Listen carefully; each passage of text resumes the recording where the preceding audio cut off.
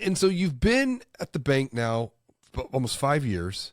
Yep. You've built this team, and I think Tab has a unique story for context for those watching or listening. Tab was started in 1998, and it's interesting because that was 4 years after the internet reached the mass consciousness of humanity. And if you think about the role that the internet has played in that journey, the work that you're doing, your own personal journey for that matter, it is very influential. When you go back and think about the journey you've had over the last 5 years at Tab, what have been the big lessons that you've learned through this experience? Yeah, there's just been so many lessons. And one of the big things for us, both as a team as well as me individually, is learning and understanding when we are trying to be strategic and listening, but also being proactive and making decisions and understanding where our expertise lies, and being able to be assertive and while we're listening to all of those various inputs and perspectives, understanding is like, okay, now that we've listened to this is kind of the direction we want to go, and learning to execute on that. Sometimes you have too many cooks in the kitchen, and you end up with just kind of this mishmash of ideas and execution. And one of the things that we've just learned is whether it's our expertise or another department's expertise, that we all provide that feedback, but then leaning heavily on that expertise and following that direction. And whenever they've decided to take a direction, it's like, okay, even if I disagreed with it, we're going to kind of learn and just follow through and learn to execute on it.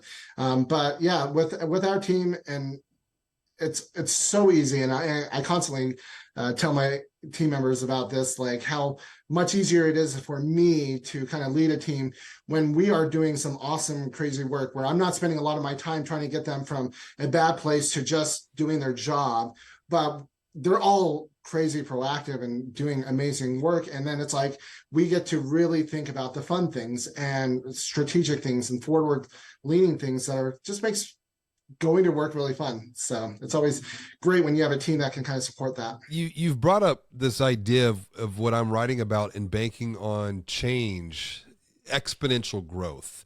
And exponential growth I'm defining as when an individual perceives that they are growing personally and professionally at the same exact time.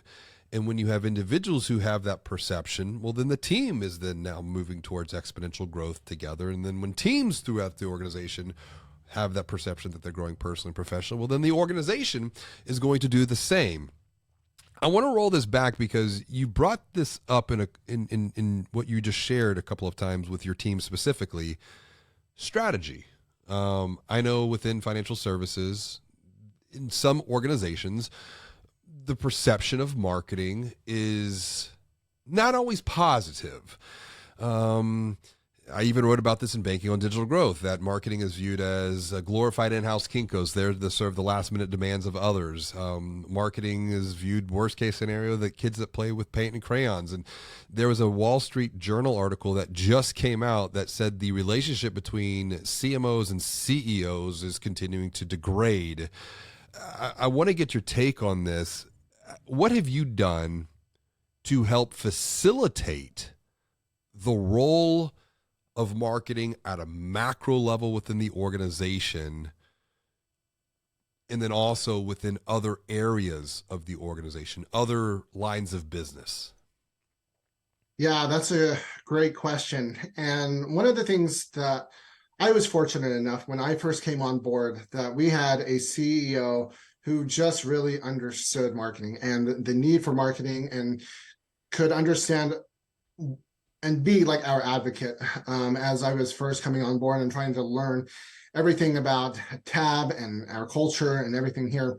But one of the things that I found in my past life, right, and working with a lot of different brands and a lot of different stakeholders, marketing from our standpoint, sometimes we just run in our own bubbles, right? And we have marketing metrics, and we really speak in a lot of ways, marketing speak. And for the experiences that I've had, I've seen that it creates a lot of friction, or at the very least, just lack of understanding between like CMOs and CFOs and really a lot of the business units who are looking at one set of numbers. And marketing is like, hey, we're doing crazy good from our numbers, but not being able to bridge the gap between the metrics and the marketing KPIs and the business KPIs overall.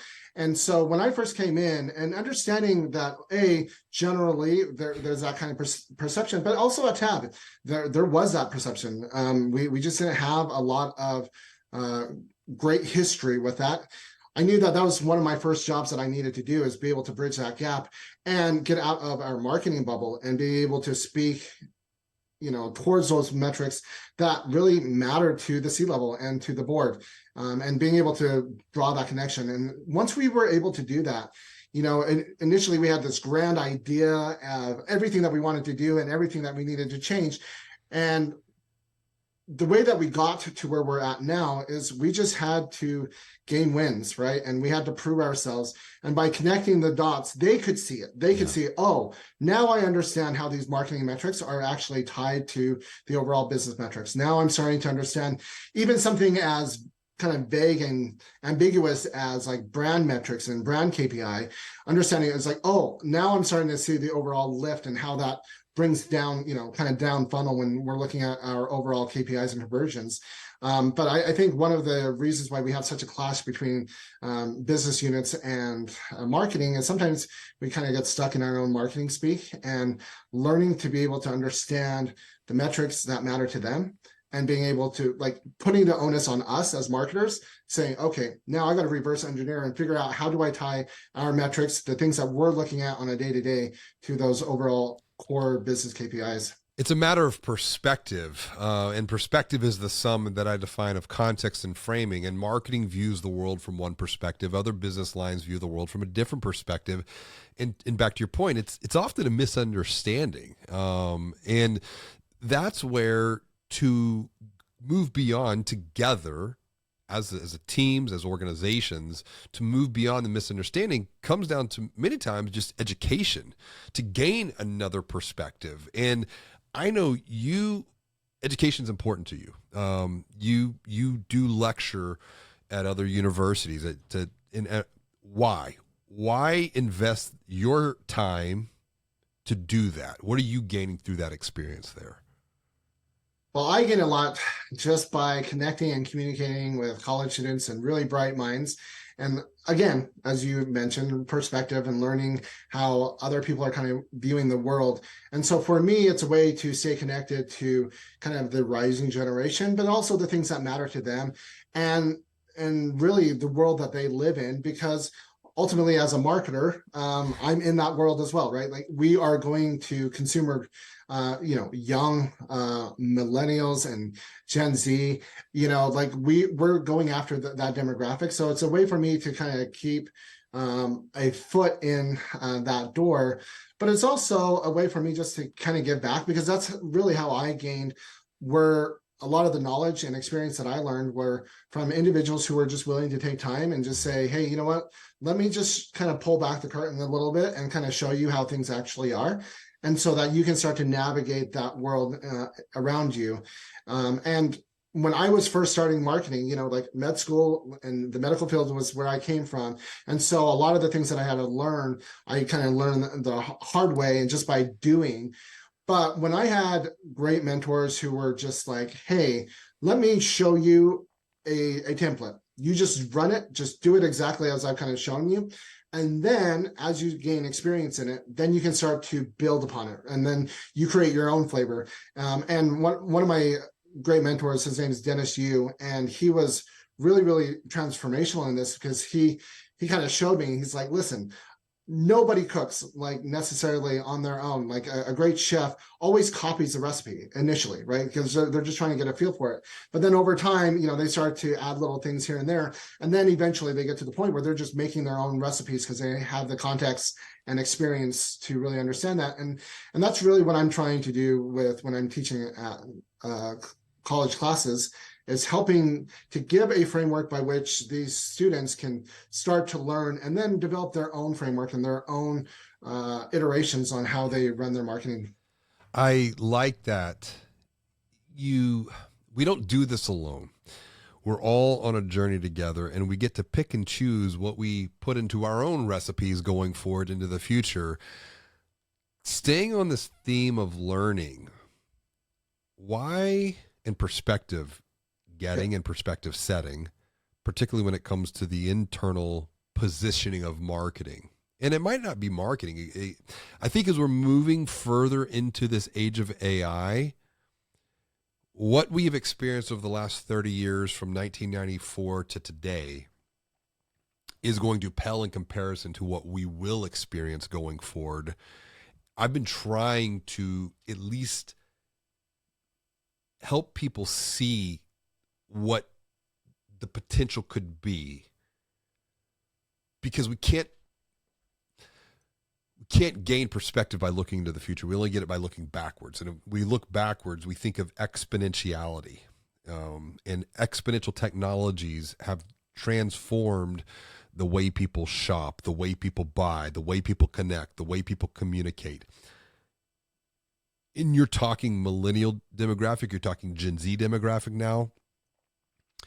What have you learned through your experiences connecting and communicating with them for someone in financial services, working at a bank, working at a credit union, in marketing, in sales, in leadership, about the millennial or even the Gen Z demographic that they might not be aware of today? Well, kind of going back to your point, one thing is this idea of exponential growth. When we have a tendency to look at future growth, even when we say exponential, like we really think linearly, and so we're thinking it's like, okay, over the next 20, 30 years, this is what, my mind is going to project forward, what technology growth and drivers are going to be.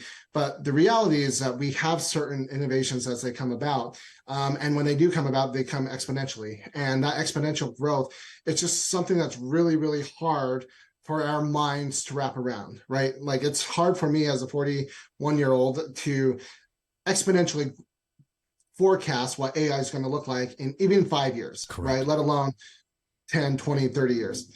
One of the things that I love about with students is being able to literally see that growth, right? Because they, their time span's short, and all of a sudden you go 2-3 years and just interacting with them, like by their preferences of communications, the things that they like to do, the way they communicate, and the things that they're discussing and talking, you literally see that growth because you have these different cohorts that come in, and you have one group speaking one way, and then like 2-3 years later, they're totally different, style of communication. What they consume is different. The information is different, and therefore their worldview is different. And learning and just being able to see that, being an observer of, hey, I have to transform a lot because every year I have new cohorts, I have new individuals coming in to learn, is something that helps me really gain that perspective, and it's something that I've learned a lot from. That right there is such a key takeaway that I want to pause on and just put a pin in it. I have to transform. I have to change. That's the hardest piece, I think, a lot of times when it comes to future growth, is what we have to transform and let go of. To that point, why